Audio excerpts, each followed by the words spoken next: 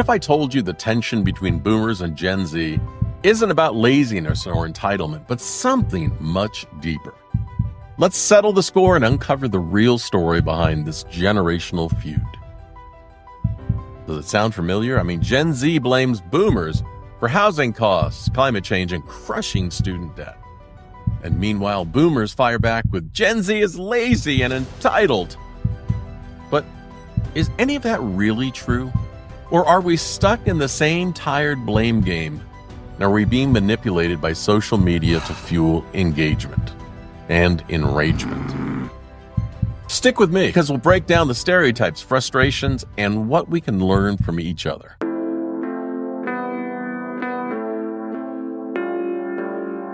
Hey there, friends. I'm Steve, your friendly neighborhood boomer, and I've spent decades learning, teaching, helping people, and flying search and rescue missions. Think of me as your second or maybe your third favorite grandfather with a YouTube channel. This is Old Guy Insights, where we tackle life's big questions, share lessons, and maybe even laugh along the way. If you're enjoying this discussion or you think I'm totally off base, don't be shy.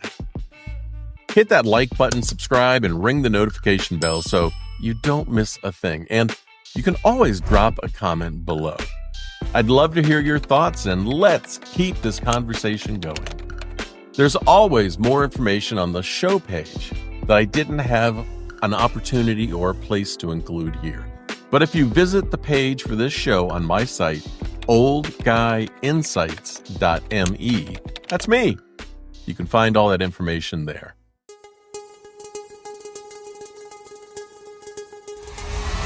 Today we're diving into the generational divide between boomers and Gen Z. And I'm going to tackle questions like, are boomers to blame for Gen Z's struggles? What systemic changes have shaped today's challenges? How can these two generations understand each other better? And what boomers heard as kids from their parents? I think that'll make you chuckle. But we're also digging deeper into why each generation views the other and the world so differently. Spoiler alert, there's actually some fascinating psychological biases that make the past seem rosy and the present feel tougher than it is. There's science behind that.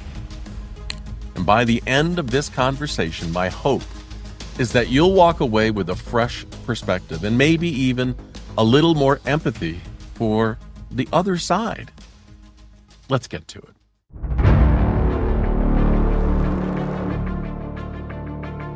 Let's meet Jake and Bob. Jake's Gen Z. Bob, your generation set us up to fail. You had cheap homes, affordable college, stable jobs, and now? Dude, I'm drowning in debt, paying outrageous rent, and can't even dream of owning a home. And don't even get me started on the planet you wrecked. Bob, our boomer. Jake, I get your frustration, but this mess isn't just on boomers. I mean, every generation between mine and yours played a part in shaping today's realities. Plus, once something becomes the norm, like fast fashion, food delivery, same-day shipping, people resist giving it up, even if it's part of the problem. Jake says, okay, but if everyone knows these systems are broken, why hasn't anyone fixed them? How are we supposed to make real change when the system's stacked against us? Bob says, you know, that's the hard part, Jake. Real change takes intervention, big, systemic action. But in a world where people demand smaller government and fewer programs, how does anyone expect to tackle huge issues like housing, healthcare, or climate change without strong institutions and collective effort?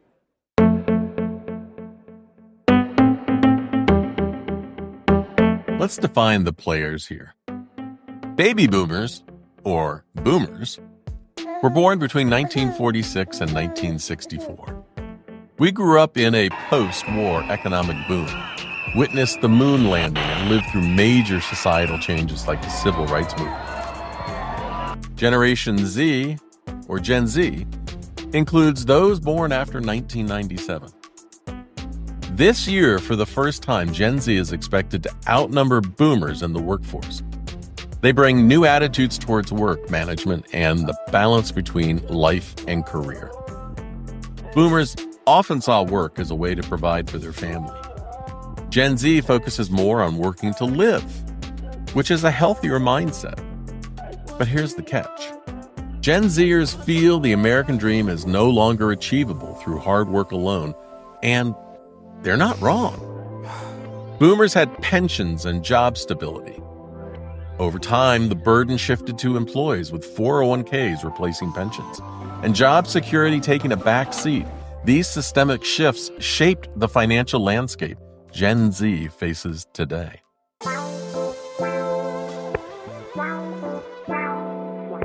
Let's look at some boomer stereotypes. Out of touch, resistant to change, and hoarders of wealth. Dismissive of new technology, labeling it as a distraction. And Gen Z stereotypes? Lazy, entitled, glued to their phones, overly sensitive, and driven by cancel culture. Social media amplifies these stereotypes. Platforms like TikTok and Facebook thrive on engagement through enragement, turning generational memes into viral conflicts. I mean, remember those okay boomer jokes? They might be funny, but they widen the gap and shrink empathy.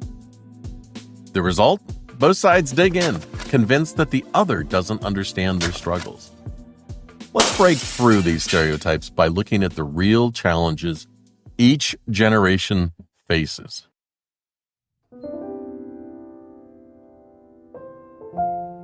Let's dive into some of the complaints that I've heard from Gen Z about boomers.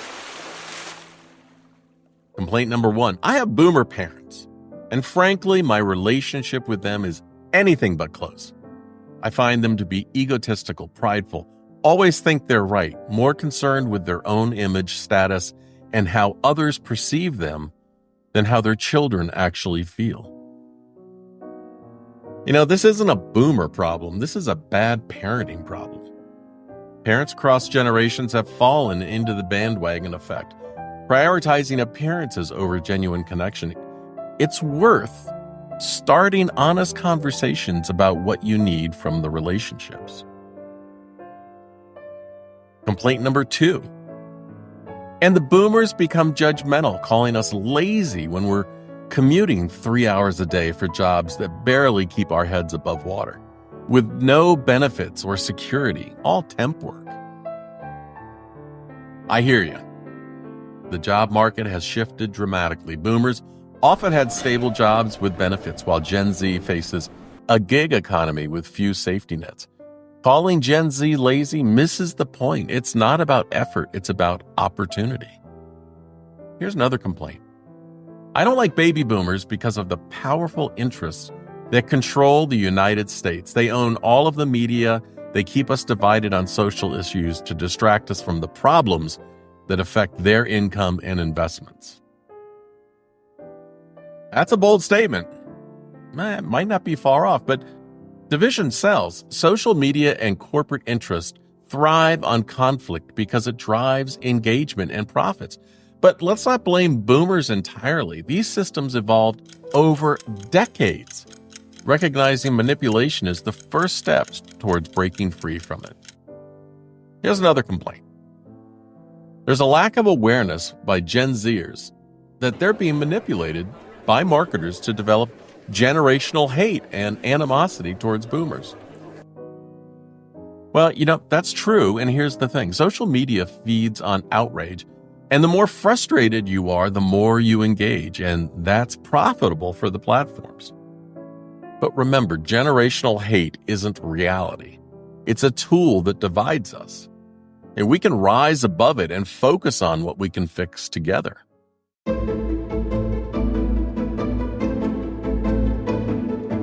So why do boomers often romanticize the past while Gen Z feels like the present is uniquely terrible? It's not just about nostalgia, it's about how our brains work. Psychologists call this the rosy retrospection bias. We're wired to remember the good stuff and minimize the bad. Boomers recall affordable homes, family dinners, and steady jobs. forgetting inflation, the Cold War, and limited social freedoms. And on the flip side, the negativity bias makes today's challenges feel overwhelming. Gen Z faces student debt, climate change, anxiety, and a gig economy, so it's natural to focus on what feels broken. Recognizing these biases helps us see that both generations face real struggles, and both have their share of triumphs.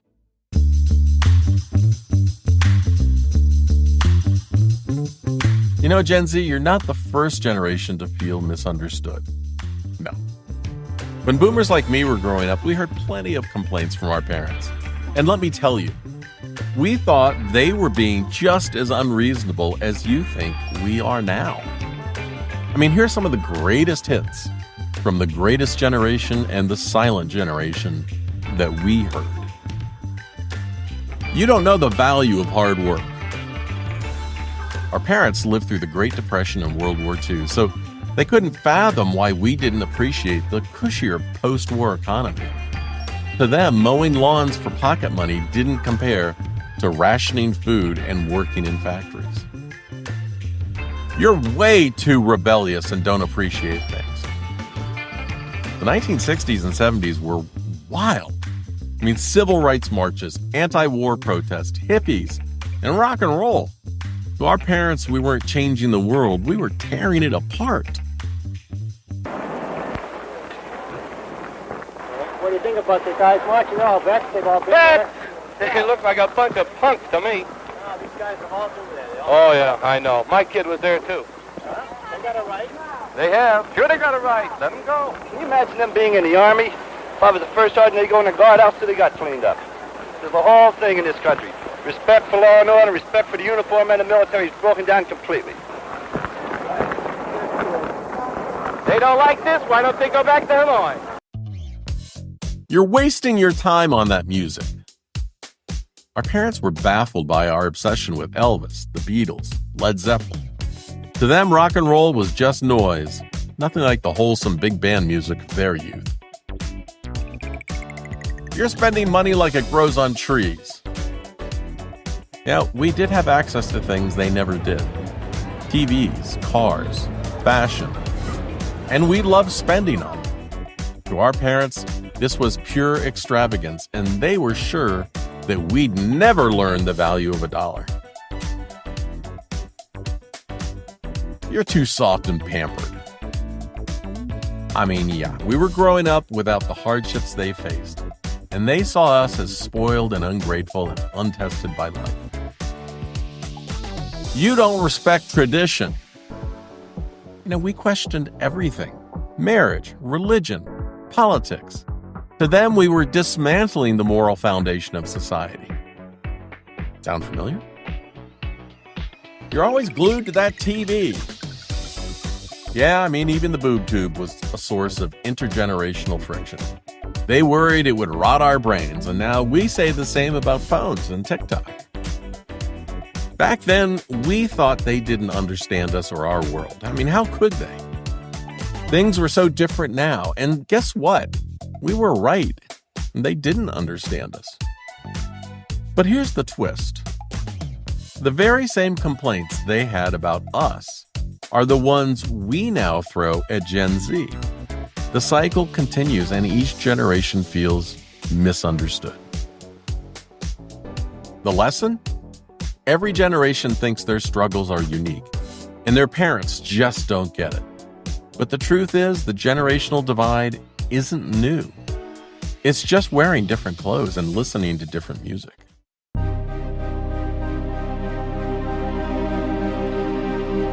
Let's break down the financial disparities. Housing costs. In 1980, a median home cost $47,200, about $163,000 in today's dollars. Now it's over $400,000. Education costs. Boomers graduated debt-free because tuition was affordable and there were no student loans. Gen Z faces tuition that's tripled, often leaving them with massive loans.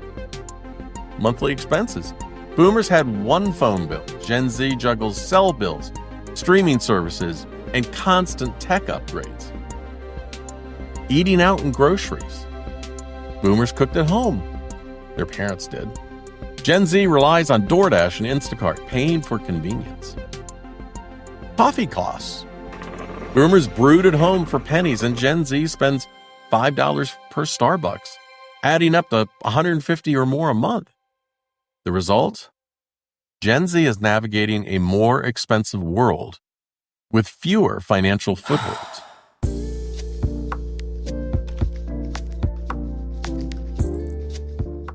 It's easy to point fingers, but the truth is complex.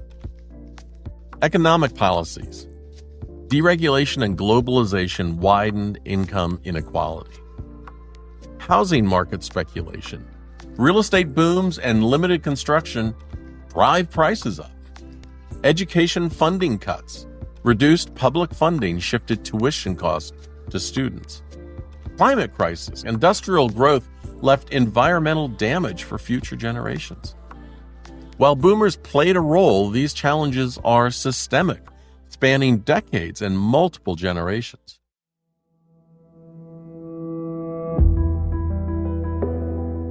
Since the early 1980s, wages have stagnated even as productivity soared. Boomers could stretch their paychecks further because the cost of living was lower relative to income. Gen Z, however, faces stagnant wages alongside skyrocketing housing, healthcare, and education costs. Take gas prices.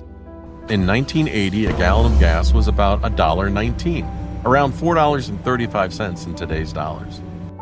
Cars back then got 15 miles per gallon compared to today's 25 miles per gallon. While fuel economy improved, the overall cost of owning a car, including insurance, repairs, parking, and all the technology, has risen significantly. I remember filling up my old used car for $10 and feeling like a king. Gen Z, they're paying $75 per tank, and that's before their $5 Starbucks fix. Now, it's the same with housing. A single income could buy a home in the 1980s, while today, even two incomes often fall short. It's no wonder that Gen Z feels like they're running on a treadmill going nowhere.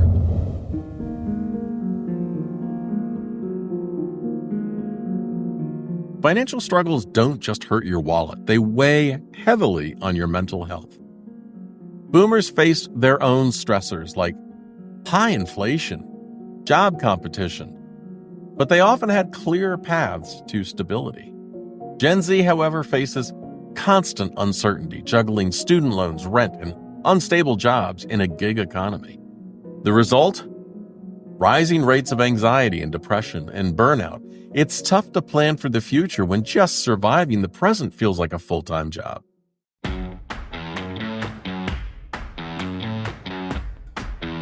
Here's something I've noticed over the years. Fewer people are seeking out mentors. Back in the day, mentorship was a key way to learn from someone else's hard-earned wisdom and avoid mistakes.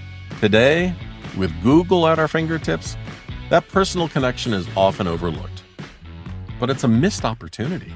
Boomers bring decades of experience, while Gen Z offers fresh ideas and tech-savvy solutions. Together, we could tackle today's challenges more effectively.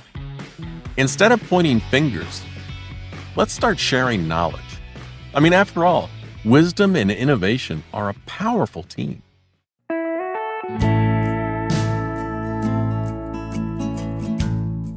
It's easy to get caught up in the blame game, but here's the truth. Neither boomers nor Gen Z has it all figured out. We're just products of our times. Boomers had their battles, civil rights, gender equality, and the Cold War. Gen Z faces new ones, climate change, student debt, and an evolving digital economy. These struggles may look different, but the core challenge is the same: navigating a world in flux. What's tough for boomers to truly grasp is the weight of Gen Z's reality.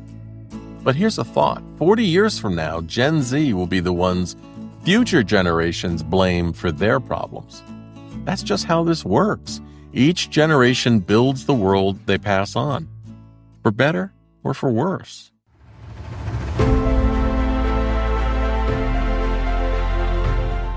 So how do we stop this endless cycle of blame? By focusing on what we can control and work together to solve the real issues.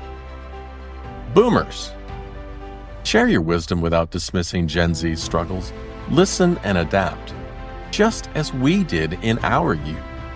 And Gen Z, recognize that not all boomers are stuck in their ways. Many fought for change, and some are still fighting alongside you. Let's shift this conversation from who's to blame to how can we fix this?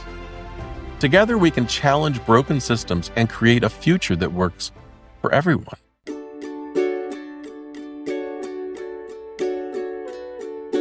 Blaming boomers for Gen Z's struggles is like blaming yesterday's driver for today's traffic jam. Sure, the choices played a role, but the problem's bigger than any one generation. The good news? Once we stop pointing fingers, we can start making progress. Here's the big takeaway. Every generation had its triumphs and its failures. The key is to learn from each other's experiences and work collectively to build a better future.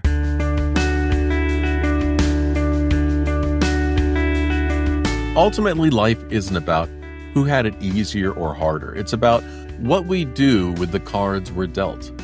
Boomers, Gen Z, millennials, and everyone in between, we're all part of the same story.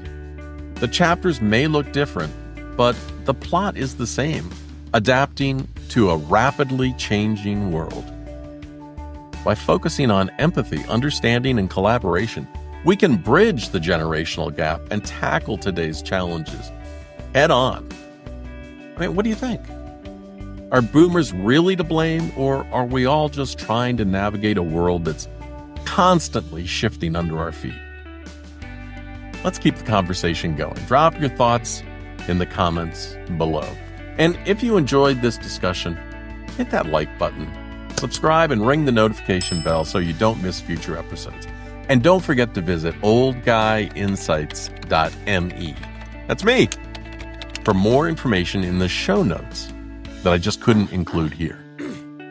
Until next time, stay curious, stay kind, and remember, the best way to move forward is together. See ya.